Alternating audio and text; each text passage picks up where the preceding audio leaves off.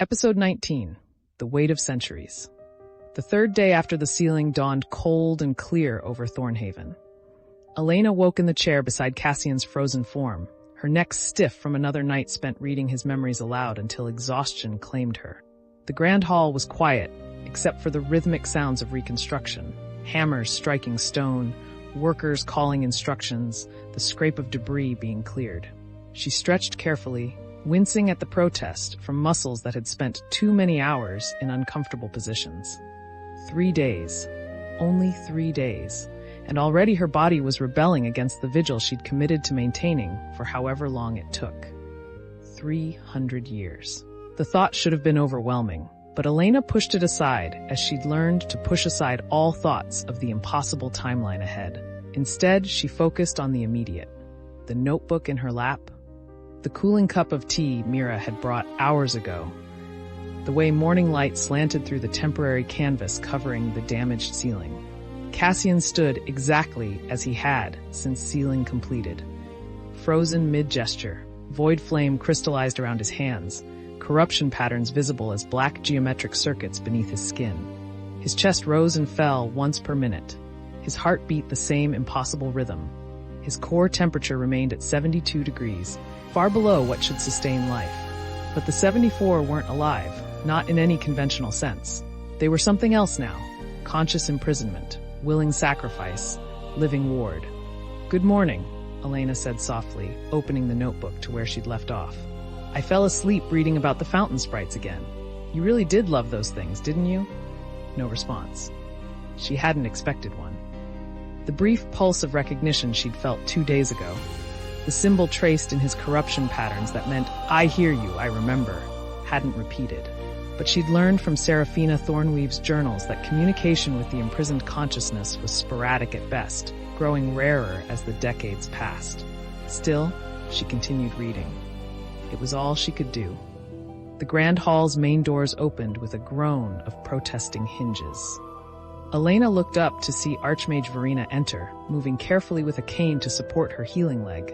The wound she'd taken during the Shadow Spawn assault was mending slowly. Conventional healing magic worked, but the corruption that had tainted the creature's claws left lingering effects. "You should be resting," Elena said, setting the notebook aside. "As should you." Verena's voice was dry as she approached, her gaze sweeping across the reconstruction work before settling on Cassian's frozen form. "Yet here we both are, doing what must be done, rather than what should be done." Elena rose, offering her chair. Verena accepted it gratefully, lowering herself with a wince that she tried to hide. "The council session is this afternoon," Verena said without preamble. 3 o'clock. Greymark has been busy these past 2 days, building his coalition. He's gathered support from the traditionalist faction, Magisters Aldwin, Rothgar, and Castellan, plus several minor nobles who sit on the council by hereditary right. "What's his argument this time?" Elena asked, though she could guess. The battle she'd won 2 days ago had been decisive, but not final. Men like Greymark didn't accept defeat easily. Essentially the same, but refined. Verena gestured toward the reconstruction work around them. "He's framing it as a matter of practicality rather than dignity. The Grand Hall must be rebuilt to full functionality. It's the kingdom's ceremonial heart, the site of coronations and state functions. Having a monument in the center complicates the architecture." Elena felt anger kindle in her chest. A monument? He means Cassian. He means all 74 of them. But yes, Verena's expression was grim. "He's proposing a compromise. Move Cassian and the convergence point to a specially constructed memorial chamber beneath the Grand Hall. Still accessible, still honored, but out of sight. The chamber would be built to the same specifications as the original catacombs, with proper wards and monitoring equipment. He's even offering to fund the construction personally." It was clever, Elena had to admit. Practical concerns were harder to argue against than matters of principle. And a purpose-built memorial chamber would actually provide better environmental controls than the damaged Grand Hall. But it would also hide the truth, would make Cassian's sacrifice comfortable for those who preferred not to think about what saving the kingdom had actually required. "What does the king say?" Elena asked. Verena's expression shifted, something complicated passing across her features. King Aldrich is conflicted. He supported your position 2 days ago, but Greymark's practical arguments are resonating with him. The Grand Hall does need to be rebuilt. The kingdom does need its ceremonial center restored. Elena crossed her arms, feeling exhaustion pressed down on her shoulders like a physical weight. 3 days. She'd been fighting this battle for 3 days, and already she was tired. How was she supposed to maintain it for years? Decades? Centuries? There's something else, Verena said quietly. Greymark has been circulating a petition among the noble families. He's gathering signatures from those who lost relatives in the sealing, both 3 centuries ago and now. He's arguing that the families should have a say in how their loved ones are memorialized. Elena's anger flared hotter. That's manipulative as hell. He's using grief as a political weapon. Yes, Verena didn't disagree. But it's also effective. Several families have signed, including Lord Ashford. Morgana Ashford was one of the original 73. He's arguing that his ancestor deserves a proper memorial chamber, not public display in a construction site. And Cassian's family? Elena demanded. Has anyone asked Leanna what she thinks? She's 14 years old and just lost her brother. Does she get a vote, or only the noble families? Verena's expression softened. Leanna Netherbane is being kept informed through official channels. She's written a letter supporting your position, that her brother should remain visible, that his sacrifice shouldn't be hidden. But Greymark is arguing that she's too young to make such decisions, too close to the trauma to think clearly. Elena wanted to scream. Instead, she took a deep breath, forcing herself to think strategically rather than emotionally. Greymark was good at this, using reasonable-sounding arguments to achieve unreasonable goals. She needed to be better. Who's supporting our position? She asked. Verena counted on her fingers. High Inquisitor Mordain. Though he's being careful about how vocal he is, his support for Cassian's methods is already controversial. Magister Kellen, who owes his life to Cassian's void flame stopping the shadow corruption. Several younger magisters who witnessed the sealing firsthand. And a surprising number of common-born council members who appreciate the symbolism of a common-born mage standing in the Grand Hall. But not enough to guarantee victory, Elena guessed. Verena shook her head. The vote will be close. Much will depend on your testimony and how you frame the argument. Greymark is expecting you to fight on principle again. That's ground where you won last time. But if you can address his practical concerns while maintaining your position, you might shift enough votes. Elena looked at Cassian's frozen form, at the void flame crystallized around his hands, at the corruption patterns visible beneath his skin. He'd given everything. His humanity, his future, his very identity, all consumed in the working that saved the kingdom. And now she had to fight to keep him from being hidden away like an embarrassment. I need to prepare, Elena said. Can you stay with him? Just for an hour? Verena nodded. Go. Do what you need to do. I'll maintain the vigil. Elena gathered the notebook and Seraphina Thornweave's journals, then paused at the door. Archmage, why are you helping me? Really? You're risking your political capital on this, and I'm just a junior mage who happened to be in the wrong place at the wrong time. Verena was quiet for a long moment, her gaze fixed on Cassian's frozen form. When she spoke, her voice was soft but steady. Because I'm the one who gave him access to the forbidden archives, she said. I knew what it would cost him. I knew he would sacrifice himself. And I let it happen because the alternative was watching the kingdom fall. She looked up, meeting Elena's eyes.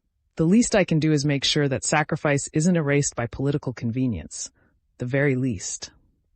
Elena nodded, understanding settling in her chest like a stone. They were all complicit. All of them who had known what Cassian would have to do and let him do it anyway. The guilt would never fully fade. But they could honor what it had cost. They could refuse to let comfortable lies replace uncomfortable truth. She left the Grand Hall and made her way through the palace corridors, noting the signs of recovery everywhere. Workers repairing shadow spawn damage, magisters reinforcing wards, servants cleaning corruption stains from marble floors. Life returning to normal, or as normal as it could be after coming so close to annihilation. Most of them didn't know, didn't understand. The official story was already being shaped. A heroic defense, conventional magic prevailing, the kingdom's wards restored by traditional means. Cassian's name was mentioned, but always in the context of assisted in the defense or contributed to the working. Not became the prison itself. Not sacrificed his humanity and identity to channel the power of 73 souls. Not used the darkest of forbidden magic because it was the only thing that could work. Elena reached the archives and descended to the lower levels, to the private study rooms where she'd been working. Spread across the table were her notes from the past 3 days, transcriptions from Seraphina's journals, research into the original sealing, testimony from those who'd witnessed Cassian's working. She sat down and began to write, organizing her arguments for the council session. Practical concerns. The Grand Hall's convergence point was the site of the sealing because that was where the ley lines intersected most powerfully. Moving Cassian would require moving the entire convergence point. Magically possible, but incredibly dangerous. Any disruption to the working could weaken the prison. Historical precedent. The original 73 had been memorialized in the catacombs, true, but that was because their bodies had been consumed in the working. Only their crystallized souls remained. Cassian's physical form still existed, still breathed, still held consciousness. He wasn't a memorial. He was a living ward. Symbolic truth. Hiding the cost of safety made future generations complacent. 3 centuries ago, the kingdom had forgotten what the original sealing required. When crisis came again, they'd been unprepared, unwilling to consider forbidden magic even when conventional methods failed. If Cassian was hidden away, the same forgetting would happen again. She worked for an hour, refining her arguments, anticipating Greymark's counterpoints. When she finally looked up, her hand was cramping and her head ached, but she had something solid. Something that might work. A knock at the door interrupted her thoughts. "Come in," she called. High Inquisitor Mordain entered, his tall frame seeming to fill the small study. He looked tired, dark circles under his eyes, new lines around his mouth. The past 3 days had aged him. "Keeper Brightwater," he said formally, then seemed to catch himself. "Elena, may I speak with you?" "Of course." She gestured to the chair across from her. "Is this about the council session?" Mordain sat heavily. "In part. I wanted you to know that I'll be testifying in support of your position, but I also wanted to warn you. My support may hurt more than help. My reputation is complicated right now." Elena understood. Mordain had been the kingdom's chief enforcer of magical law for 30 years. He'd hunted forbidden practitioners, executed dark mages, maintained the absolute prohibition that had defined royal policy. His sudden support for Cassian's methods, his admission that necessity sometimes required compromise, had shaken the magical community. Some saw it as wisdom gained through experience. Others saw it as betrayal, or worse, corruption. "I don't care about your reputation," Elena said bluntly. "I care about keeping Cassian visible. If your testimony helps with that, I'll take it." Mordain's expression shifted, something like respect crossing his features. "You're more pragmatic than I expected. Good, you'll need that." He reached into his coat and withdrew a small crystal vial, placing it on the table between them. The vial contained a silvery liquid that seemed to shift and swirl of its own accord. "What is that?" Elena asked. Mordain's voice was careful. "A recording crystal. It contains testimony from senior researcher Amara Whitestone, her complete analysis of the stasis field around Cassian and the other 73. Her professional opinion on what would happen if the convergence point was moved. And it's worse than we thought." Mordain's expression was grim. "The stasis isn't just holding them in place. It's actively maintaining the integrity of the working, the connection between their consciousness and the prison structure. Moving Cassian would require temporarily disrupting that connection. Even a few seconds of disruption could..." He trailed off. Elena finished the thought. "Could weaken the prison, could let the Voidweaver through. Or worse," Mordain said quietly, "could kill all 74 of them. Their consciousness exists in a delicate balance, merged but individual, collective but distinct. Disrupting the working might collapse that balance entirely." Elena stared at the crystal vial, her mind racing. This was exactly what she needed. Concrete evidence that moving Cassian wasn't just politically problematic, but actively dangerous. Greymark's practical arguments collapsed if the practical reality was that his solution could kill everyone involved. "Why are you giving this to me instead of testifying yourself?" she asked. Mordaine's smile was bitter. "Because Amara Whitestone works under Archmage Verena, and Verena is already supporting your position. If I present her testimony, Greymark will argue bias, that we're all part of the same faction pushing a narrative. But if you present it as new evidence from an independent researcher, it carries more weight," Elena finished. "Politics. Always politics." Mordaine stood to leave, then paused. "Elena, what you're doing matters. Maintaining the vigil, fighting for truth, refusing to let them rewrite what happened. It matters more than you know." "Because it happened before," Elena said, understanding settling in her chest. 3 centuries ago, someone tried to maintain the truth about the original sealing, but over time it got buried, sanitized, until all anyone remembered was that 73 mages performed a great working, not that they'd become a conscious prison. Mordaine nodded slowly. Seraphina Thornweave maintained her vigil for 40 years. Her daughter continued it for another 30, but by the 3rd generation, it had become ceremonial rather than personal. By the 5th generation, the catacombs were sealed and the truth was forgotten. "Don't let that happen again." He left before Elena could respond. She sat alone in the study, staring at the crystal vial and thinking about the weight of centuries. How truth became myth, became legend, became nothing. How sacrifice was honored until it became inconvenient, then quietly buried. Not this time. She gathered her notes and the crystal vial, then returned to the grand hall. Verena was still there, sitting beside Cassian's frozen form, her expression distant. "Did you know?" Elena asked as she approached. "About the danger of moving him." Verena looked up, and Elena saw the answer in her eyes before she spoke. "I suspected. Amara confirmed it this morning. The working is more fragile than we initially believed." "Then why didn't you lead with that argument 2 days ago?" "Because if I had, Greymark would have had time to find experts who disagreed, to commission studies that supported his position, to turn it into a technical debate that would drag on for weeks while the political pressure built." Verena's voice was steady. "Better to let him commit to his position first, then reveal the evidence that undermines it. Better to make him look reckless, rather than giving him time to look careful." Elena wanted to be angry about the manipulation, but she couldn't quite manage it. This was what being keeper meant. Not just maintaining the vigil, but fighting the battles necessary to keep the vigil possible. Learning to think strategically, to use timing and evidence and political pressure. Learning to become what the situation required. "The session starts at 3, Elena said. "I'll be ready." Verena nodded and rose carefully, leaning on her cane. "I know you will. You're stronger than you think, Elena Brightwater. Stronger than Seraphina was at your age. You'll need that strength." She left, and Elena settled into the chair, opening the notebook once more. She had 2 hours before the council session, 2 hours to read Cassian's memories to him, to maintain the connection that was all she could offer. "Where were we?" she said softly, finding her place in the text. "Ah yes, the fountain sprites. You wrote that they reminded you of hope, small magic, beautiful magic, magic that existed for no purpose but joy." She read, her voice steady in the quiet grand hall.